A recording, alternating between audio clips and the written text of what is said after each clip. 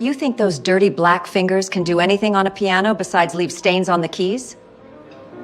A woman in a $30,000 gown just said that, in front of 40 guests at Chicago's most exclusive supper club. Wesley Palmer set down his tray. I've played piano since I was 6, ma'am. Constance Hargrove looked him up and down and laughed. I saw you staring that piano like a stray dog at a butcher's window. Don't embarrass yourself. She threw $500 at his chest. Bills floated to the marble floor. Pick that up and go play. Save these folks a trip to the circus. Wesley looked at the piano. Constance had no idea.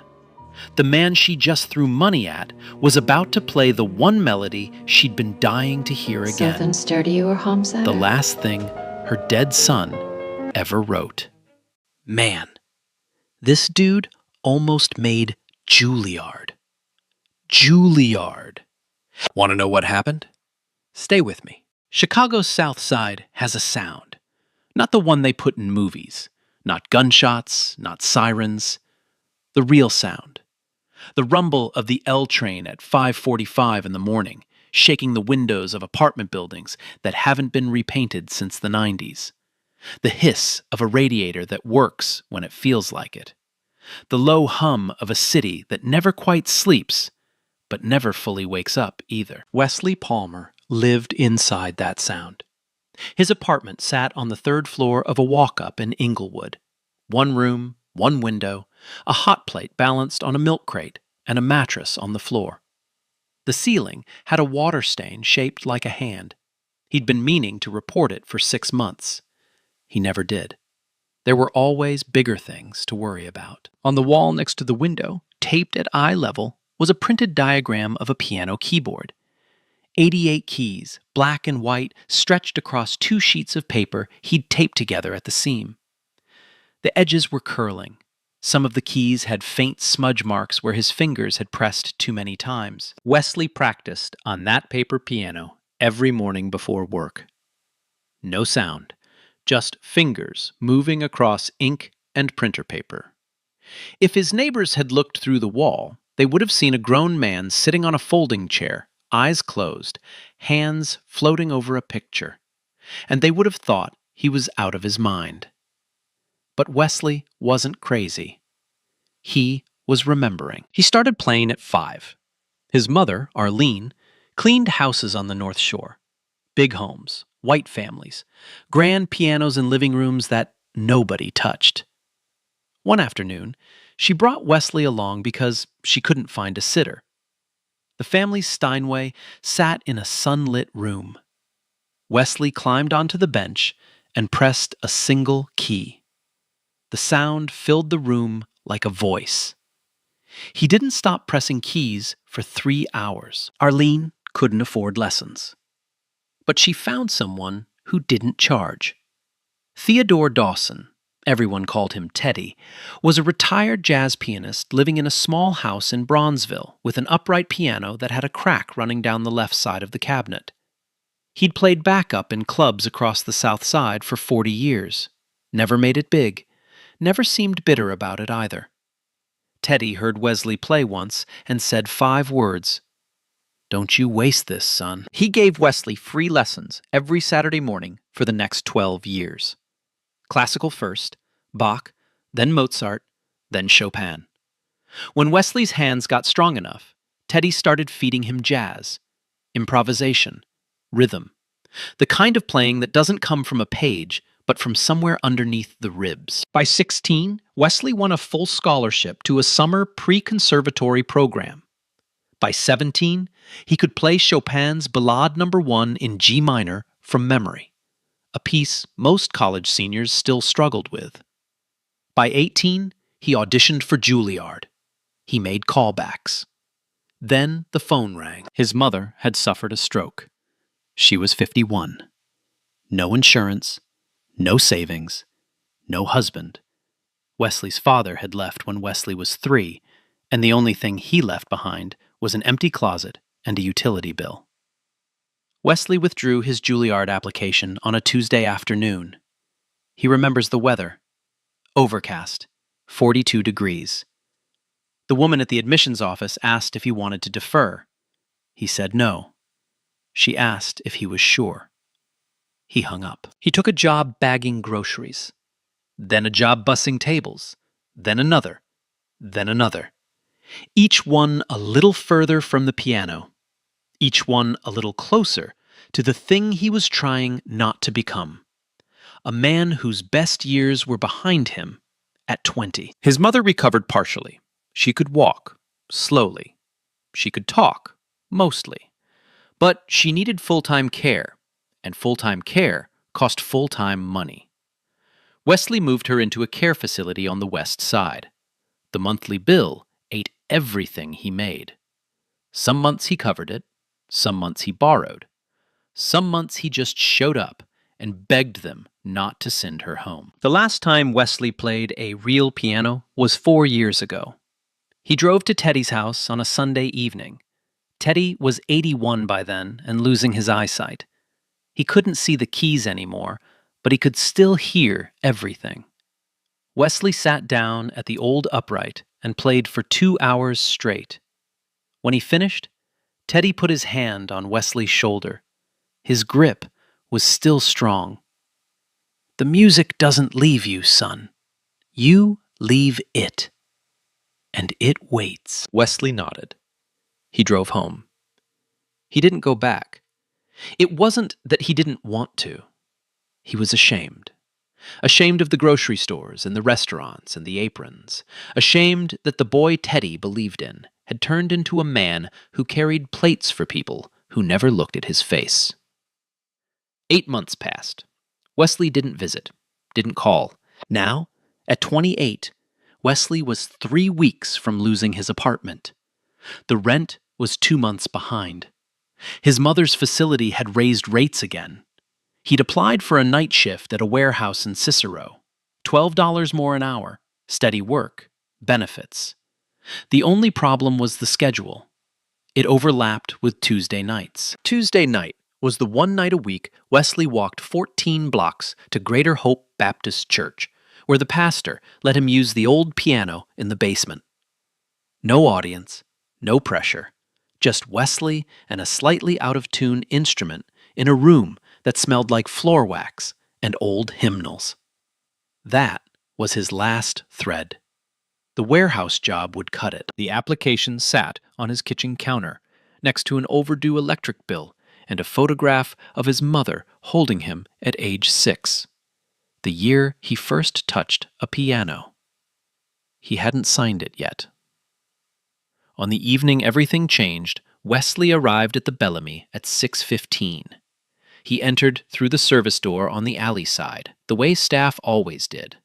The main entrance, brass handles, frosted glass, a doorman in a black coat, was for guests.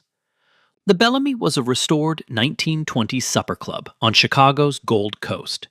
Crystal chandeliers, dark walnut paneling, white tablecloths so crisp they looked like they'd snap if you folded them wrong. The kind of place where a single entree cost more than Wesley's weekly groceries. Tonight was a private event, the Hargrove Foundation's annual charity gala. 40 guests, black tie, 6-course dinner, live music. Gregory Ashworth, the restaurant manager, gathered the staff in the kitchen before doors opened. Gregory was the kind of man who smiled too much and meant too little. He clapped his hands twice like a grade school teacher. "Listen up. Mrs. Constance Hargrove is our most important client. She has hosted this gala here for 5 years running. Whatever she wants tonight, the answer is yes. Whatever she needs, we provide it before she asks. No exceptions, no excuses." Nina Gallagher, the server working the east section, leaned toward Wesley and whispered, "Translation. Smile, nod, and pretend you don't exist." Wesley adjusted his bow tie in the reflection of a steel prep counter. He didn't respond. He didn't need to. He'd been pretending he didn't exist for years. The kitchen doors swung open. The first guests began arriving, and across the dining room, past the white tablecloths and the candles and the low murmur of wealth, there it sat. A glossy black Steinway grand piano. Lid open, bench pulled out, waiting. Wesley saw it the moment he stepped onto the floor. His fingers twitched at his side, a reflex he couldn't control, like a heartbeat. He looked away. He had plates to carry. But the piano didn't care. It just sat there, patient, the way a good instrument always does, the way Teddy said the music would. Constance Hargrove arrived 20 minutes late, on purpose. The front doors of the Bellamy opened, and the room shifted. Not dramatically, not all at once, but the way air changes right before a storm. Conversations didn't stop, they lowered. Heads didn't turn, they tilted.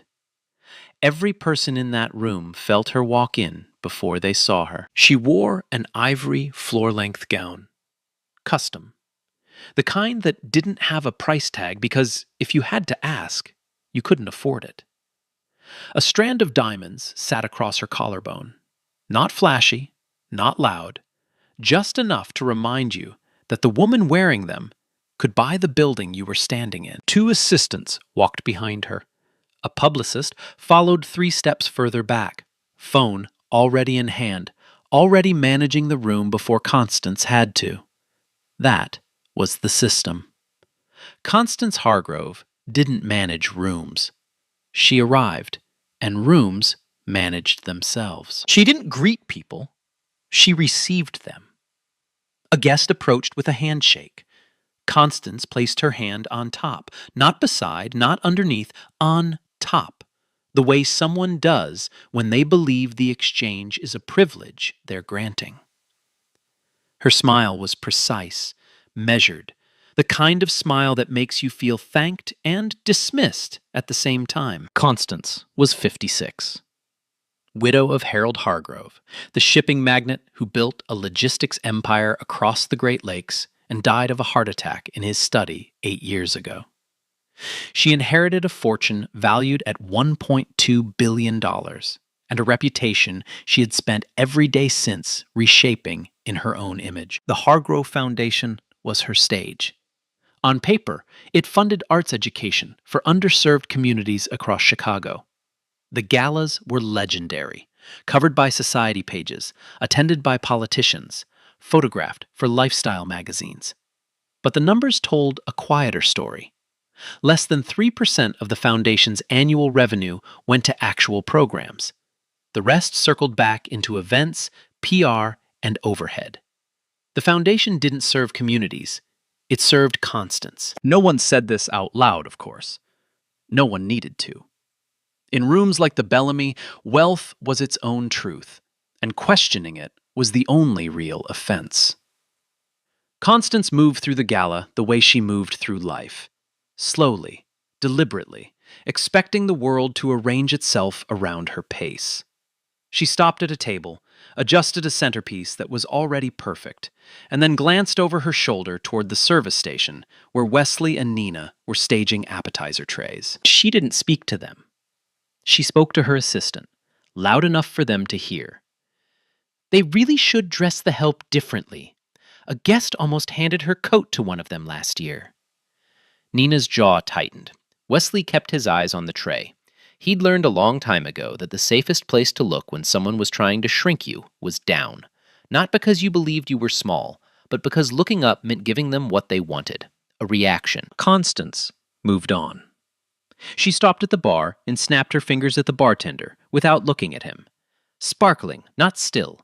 I shouldn't have to say that twice in 5 years. Her voice wasn't loud. It didn't need to be. Constance Hargrove had the kind of authority that made whispering feel like shouting. Every word carried because every person in the room had already decided it mattered. There was one moment, though, a small one, easy to miss if you weren't watching. As Constance passed the Steinway, her right hand drifted to her left wrist. She wore a thin gold bracelet, simple, almost plain compared to everything else on her.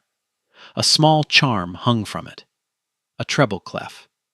Her fingers closed around it for half a second, Her pace slowed. Her expression, the mask she wore so well, cracked. Just barely. Just enough. Her publicist noticed. She touched Constance's elbow gently and steered her toward the head table. Constance let herself be guided. She didn't look at the piano again.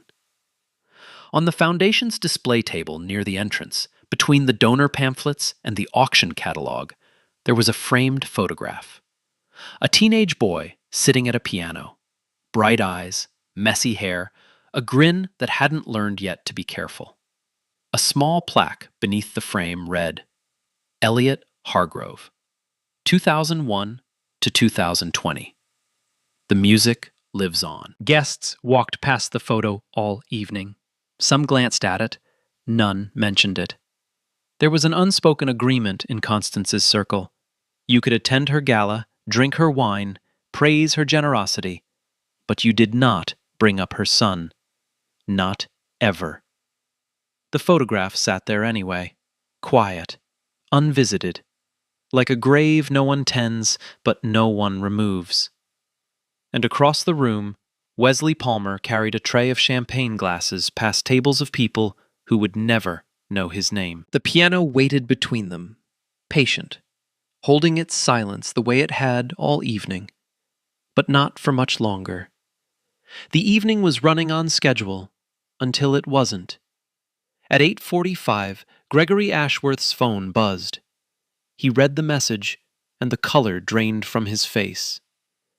The hired pianist, a conservatory graduate who had performed at the last 3 Hargrove galas, had just canceled. A text message. 2 lines. Family emergency. Not coming. Gregory stared at the phone like it had insulted him. Then he looked across the room at the empty piano bench and felt his stomach drop. He made 3 calls in 4 minutes. No one was available on a Saturday night with 0 notice. He loosened his tie. He tightened it again. He considered telling Constance. Then he considered not telling Constance. Then he considered quitting. He didn't have to choose. Constance found him first. She appeared at his shoulder the way she always did, without warning, without sound, like weather. Gregory, I'm paying $60,000 for this evening. Why is that piano silent?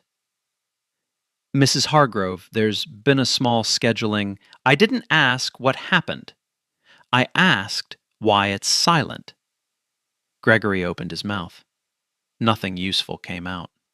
Constance stared at him the way a cat stares at something it has already decided isn't worth catching. Then she turned away. That's when she saw Wesley. He was clearing a table near the piano. His hands moved efficiently, stacking plates, folding napkins, wiping the surface in smooth circles. But his eyes weren't on the table. They were on the Steinway. Just for a second, maybe 2. The kind of glance a person gives something they've been trying not to look at all night. Constance caught it. You! Wesley looked up. The room didn't go quiet yet, but it began to, the way sound retreats from the edges first. I saw you staring at that piano like a stray dog at a butcher's window. Wesley set down the plates. I wasn't staring, ma'am. Oh, you were. Constance took a step closer, not because she needed to, because closing distance was what she did when she wanted someone to feel smaller. Tell me, what exactly does a waiter know about a Steinway? The tables nearest to them had gone silent now. Forks set down, glasses held midair. The kind of quiet that happens when people sense something ugly is about to unfold and want to see every second of it. I've played piano since I was 6, ma'am. Constance tilted her head. The smile that crossed her face had no warmth in it whatsoever. You think those dirty black fingers can do anything on a piano besides leave stains on the keys? She said it clearly, not whispering, not muttering. She said it the way someone says something they've thought 100 times and finally decided to let out. The room heard every word. Wesley didn't move. His face didn't change. But something behind his eyes shifted, the way a door locks from the inside. "Oh, please," Constance waved her hand. "Don't look so wounded. I saw the way you were watching that piano like it was going to save your life. Let's see if it can." She reached into her clutch and pulled out 5 crisp $100 bills. She held them up between 2 fingers so the guests at the nearest 3 tables could see. Then she threw them at Wesley's chest. The bills hit his apron and floated to the marble floor. One landed on his shoe. He didn't look down. "There, pick that up. Sit your black ass on that bench. Save these folks a trip to the circus." 40 people. 40 guests in black tie, holding crystal glasses filled with wine that cost more per bottle than Wesley earned in a shift. Not one of them spoke. Not one of them moved. Some looked away. Some didn't. But the result was the same. Silence. The kind of silence that doesn't mean nobody noticed.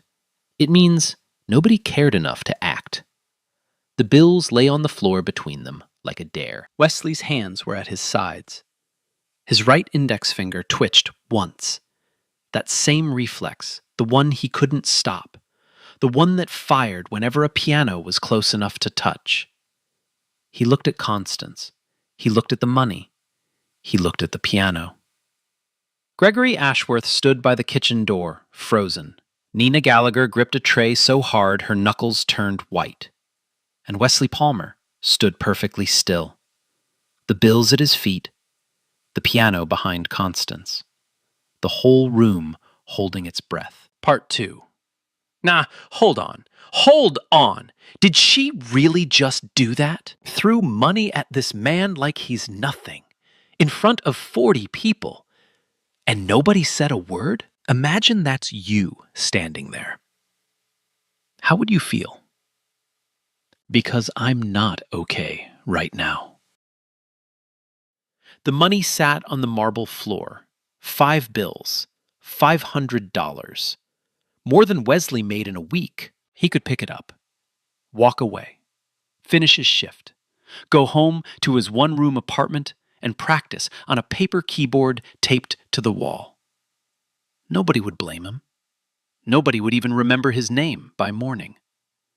That was the safe thing to do. The smart thing. But Wesley wasn't looking at the money. He was looking at the piano. And somewhere in the back of his mind, behind the noise of 40 staring faces and the echo of Constance Hargrove's voice still hanging in the air, he heard another voice. Older, quieter, steady as a metronome. "The music doesn't leave you, son. You leave it. And it waits." Teddy. Wesley blinked. His jaw tightened. He thought about his mother in her care facility on the west side. He thought about the warehouse application sitting on his kitchen counter. He thought about the church basement on Tuesday nights, the last place on earth where his hands still remembered who they were. If he walked away now, that was it. Not just tonight. Everything. He'd sign that application tomorrow. He'd take the night shift. He'd lose Tuesdays. And the music, the thing that Teddy said would wait, would finally stop waiting. He thought about Constance's words. Dirty black fingers, stains on the keys, circus. He thought about every restaurant, every tray, every invisible shift where he smiled and nodded and disappeared into the background like furniture. Then he thought about one more thing. A melody. The most honest piece of music he'd ever heard. The one he played alone in the church basement when the world got too heavy. The one he found buried in an obscure music forum at 3 a.m. during the lowest point of his life. He never knew who wrote it. He only knew it sounded like someone telling the truth for the first and last time. That melody was in his hands right now, sitting there, waiting, the way it always did. Wesley untied his apron. Slowly, not rushing, not shaking. He folded it once, then twice. He placed it on the nearest table. The room watched. He turned and walked toward the Steinway. Each step landed on marble with a sound that was louder than it should have been, because every other sound in the room had stopped. He pulled out the bench. He sat down. Constance raised an eyebrow. A few guests exchanged glances. Wesley looked at her. No anger, no fear, just calm. "You don't have to pay me, Mrs. Hargrove. This one's free." He placed his hands on the keys. His fingers trembled. Just slightly. Just enough. He didn't play. Not yet. 5 seconds of silence. The room forgot to breathe. The first note was barely a whisper. A single key. Middle C. Pressed so softly, it almost didn't sound at all. It hung in the air, the way smoke hangs. Thin, uncertain, like it wasn't sure it had permission to exist. Then another note, a step above. Then a third, a half step down. Slow, careful. Spaced far apart, the way someone speaks when they haven't used their voice in years, and they're not sure it still works. Wesley's left hand trembled, not from fear, from time. 4 years since he'd touched a real piano. 4 years of paper keyboards and church basements and silence. His muscles remembered. His nerves didn't trust them yet. A woman at the front table leaned toward her husband and whispered, "This is painful." Her husband nodded, but didn't look away. Constance Hargrove stood 10 feet from the piano, arms folded, chin lifted. The expression on her face said everything. Amusement, confirmation, the satisfaction of being right. She had expected this. A fumbling, embarrassing attempt from a waiter who had no business sitting at a Steinway. A circus act, just like she'd ordered. But then, something shifted. It didn't happen all at once. It happened the way dawn happens, so gradually that by the time you notice, the whole sky has already changed. Wesley's right hand found a phrase. 4 notes, then 8, then 12. A melody began forming, hesitant at first, then clearer, like a photograph developing in water. The notes started connecting. A musical sentence emerged, then a paragraph, then a page. Chopin, Ballade No. 1 in G minor. Wesley's posture changed. His shoulders, which had been hunched forward like a man bracing for a hit, dropped. His spine straightened. His breathing slowed. The tremble left his left hand, then his right. His fingers moved across the keys with a precision that didn't belong in a waiter's uniform.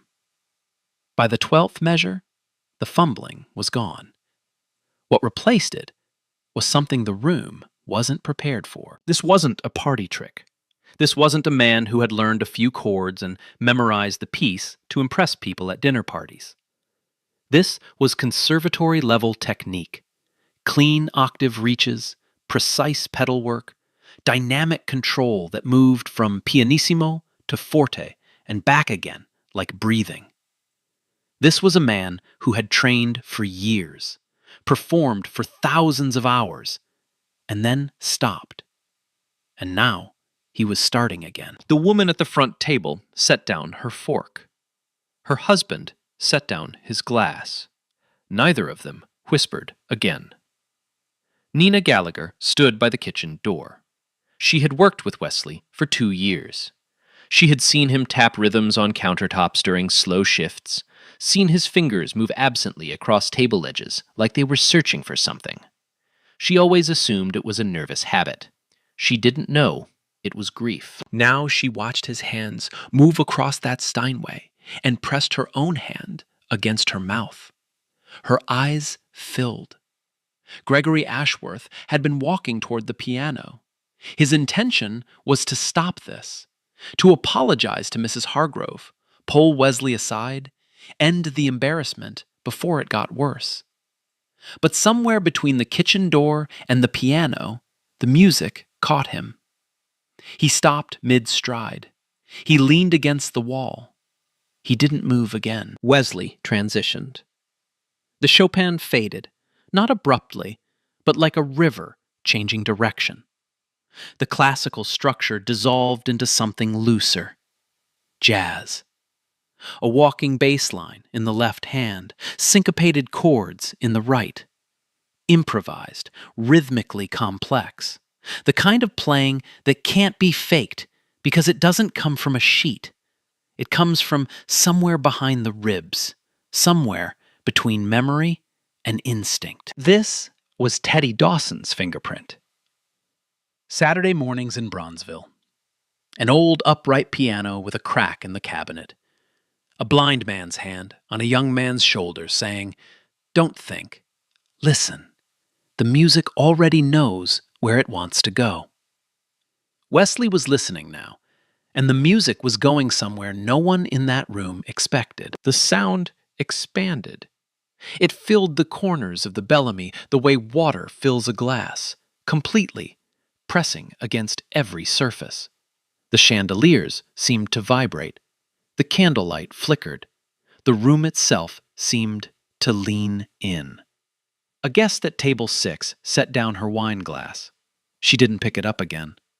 A man at table 2 uncrossed his arms and placed both hands flat on the tablecloth, as if he needed to steady himself. Derek Samuels, sitting near the back wall, quietly lifted his phone and pressed record. His hands were not steady. And Constance Hargrove, arms still folded, chin still lifted, was no longer smiling. The amusement was gone from her face. Something else was forming. Something she didn't recognize and didn't want to. Her publicist leaned toward her ear. "Constance, should we?" Constance waved her off. She didn't take her eyes off Wesley. The jazz passage built and built.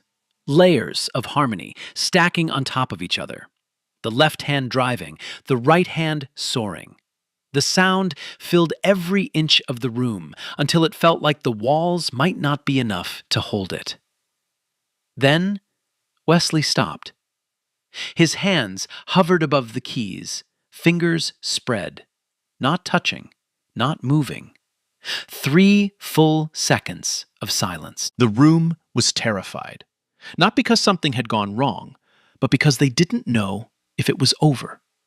The music had become the air they were breathing, and now it was gone, and they didn't know what to do with the emptiness.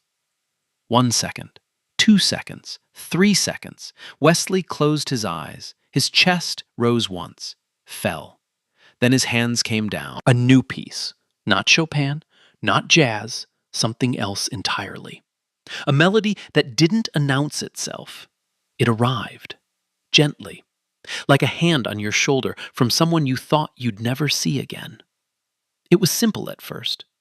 A right-hand melody over a sparse left-hand accompaniment. Almost childlike in its structure. But there was something inside it, a weight, a sadness, a longing, that made simplicity feel like the bravest choice a composer could make. No one in the room recognized it, except one person. Constance Hargrove's right hand moved to her left wrist. Her fingers found the treble clef bracelet. She gripped it. The melody continued. It opened up. The left hand began to move, not randomly, but with intention. The bass notes forming a counter melody that wove around the right hand like 2 voices having a conversation. A mother and a son. A question and an answer. A goodbye that never got finished. Constance's lips parted. Her eyes widened. Not in surprise, in recognition. The kind of recognition that happens below the brain, in the body, in the bones. She knew these notes. She knew this melody. She had heard it once before, played on a different piano, in a different room, by different hands, hands that had been still for 6 years. The piece was called Letter to Elliot. Elliot Hargrove composed it when he was 18. a year before the car accident that killed him. He never performed it publicly, never submitted it to a competition. He uploaded it to an obscure online music forum under a pseudonym. Just an audio file, no name, no biography, no context. A teenager putting something honest into the world and hoping someone would hear it. Almost no one did. But Wesley Palmer did. 3 years ago, during a night he doesn't like to talk about, a night when the walls of his apartment felt like they were closing in, and the paper piano on the wall looked like a joke, and the distance between who he was and who he was supposed to be felt infinite and permanent. He couldn't sleep. He opened his laptop and scrolled through amateur compositions, a thing he did sometimes to remind himself that music still existed somewhere, even if it had stopped existing in his life. He found a file with no title, just a date. He pressed play. And for 3 minutes and 42 seconds, a stranger's piano told him the truth. About loss, about love that doesn't end just because the person does, about the space between what you wanted to say and what you actually said before it was too late. Wesley learned the piece note for note. He played it in the church basement on Tuesday nights. He played it when the world felt too heavy to carry. It was the most important piece of music in his personal life. And he had no idea who wrote it. Until now, sitting at this Steinway, playing it from memory, the piece was just a melody he carried, a private thing, a prayer without an address. He didn't know Elliot Hargrove. He didn't know the boy in the photograph on the display table. He didn't know that the woman who had just thrown money at his chest was listening to her dead son's voice come back to life through a stranger's hands. Constance's face changed, not slowly this time. It broke. First measure of recognition. Her hand gripped the bracelet until her knuckles went white. Fourth measure. Her lips pressed together. Her chin trembled. Eighth measure. Her eyes filled.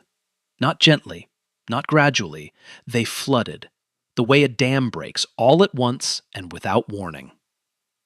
12th measure. She stood up from her chair.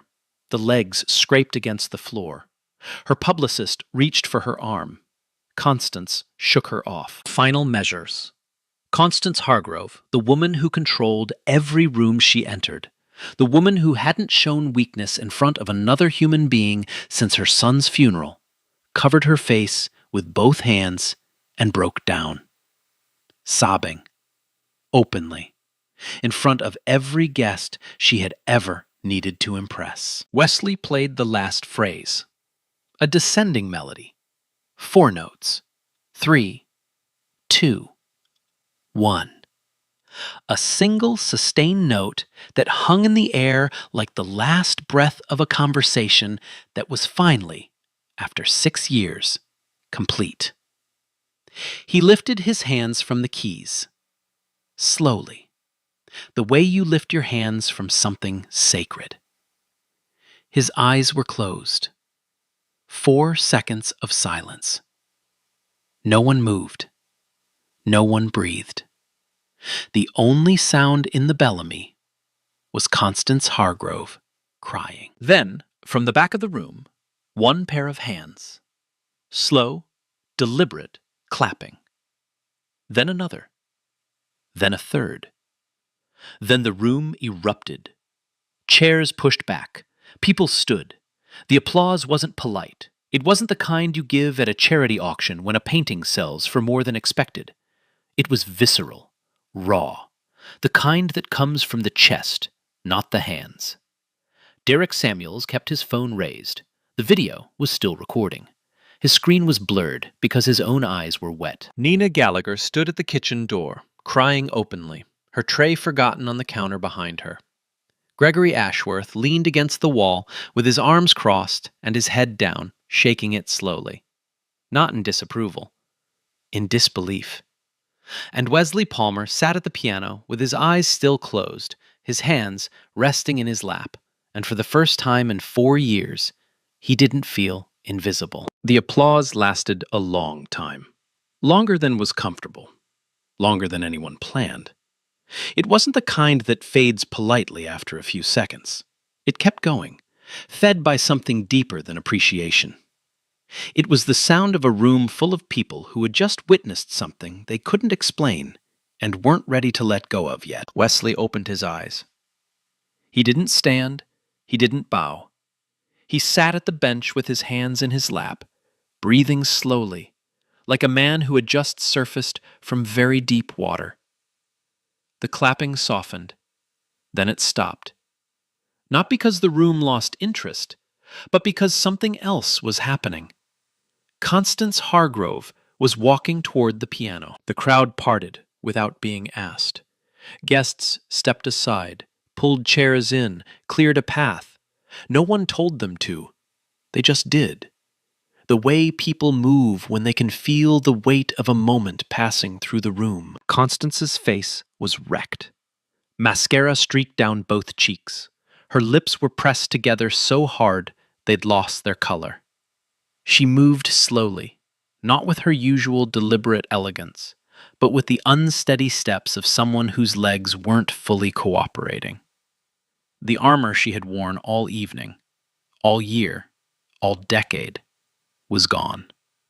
What was left was just a woman, a mother, walking toward the sound of something she had lost.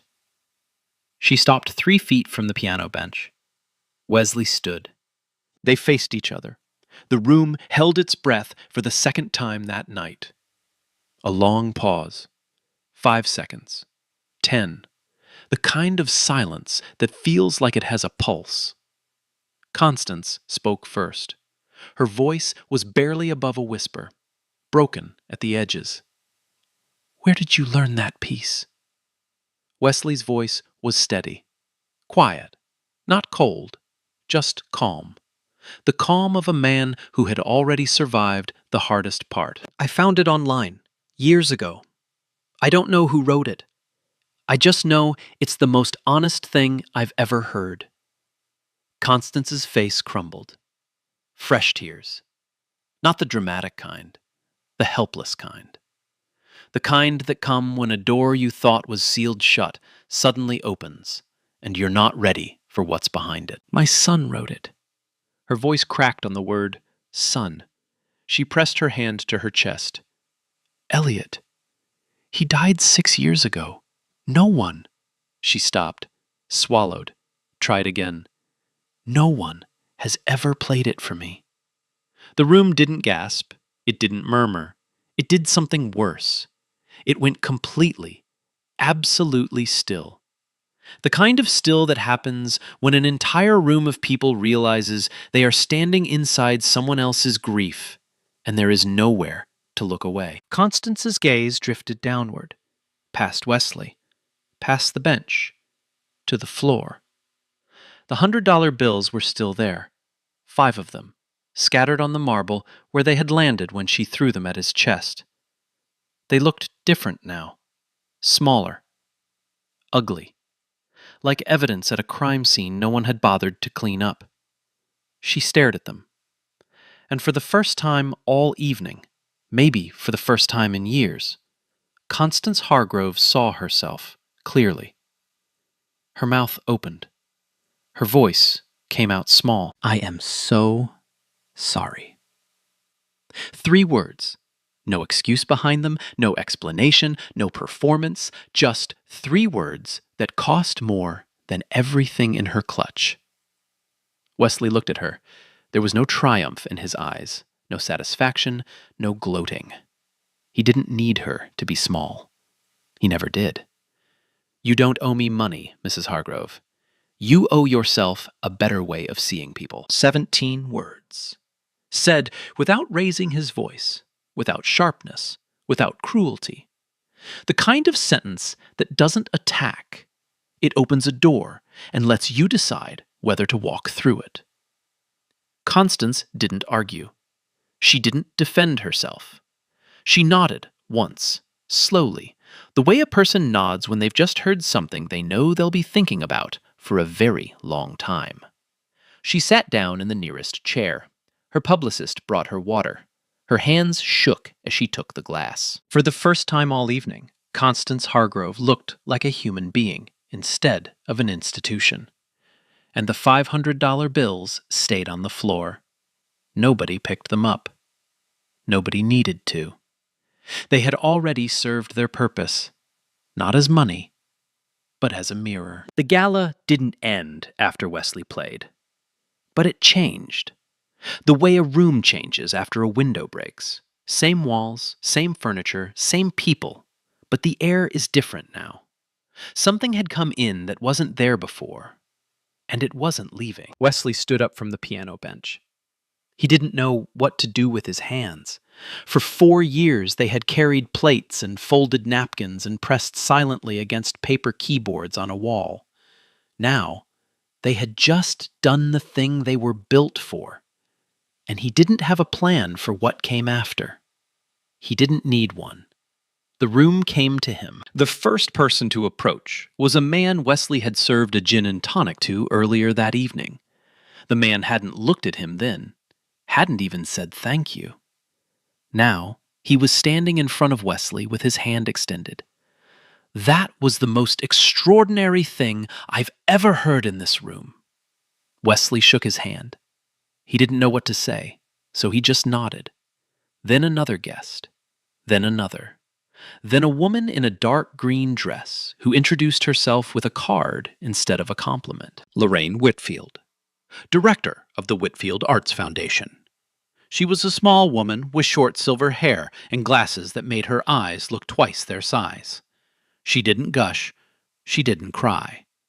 She looked at Wesley the way a builder looks at a structure, assessing, measuring, calculating what it could become. I fund artists, not resumes. Call me Monday. She pressed the card into his hand, squeezed once, and walked away. No small talk, no conditions. Just a door left open. Derek Samuels found Wesley near the service station 10 minutes later. He held up his phone. The screen showed a video, the last 2 minutes of Wesley's performance, slightly shaky, slightly out of focus, but clear enough. The audio was clean. I posted this 12 minutes ago. It already has 9,000 views. Wesley stared at the screen. He watched his own hands on the keys, hands he had been ashamed of for 4 years, and didn't recognize them. They looked like they belonged to someone who hadn't given up. The video would reach 200,000 views by midnight, 1 million by Monday morning, 11 million by the end of the week. Comment sections would fill with people who had never been to the Bellamy, never heard of Constance Hargrove, never met Wesley Palmer, but who recognized the feeling. The feeling of being made invisible. The feeling of being underestimated. The feeling of sitting down at the thing you were born to do and proving that it never left you, even when you left it. But that was later. Right now, Wesley was still standing in a restaurant in a waiter's uniform, with a business card in one hand and nothing in the other. Constance found him near the coat check as the gala was winding down. She looked different now, smaller, not physically, but the space she took up in the room had shrunk. Her posture had softened. Her chin, which had been tilted upward all night, was level. She held out her left hand. In her palm was the bracelet, the thin gold chain with the treble clef charm, the one she had touched every time she passed the piano, the one she had worn every day since Elliot died. Elliot would have wanted you to have this.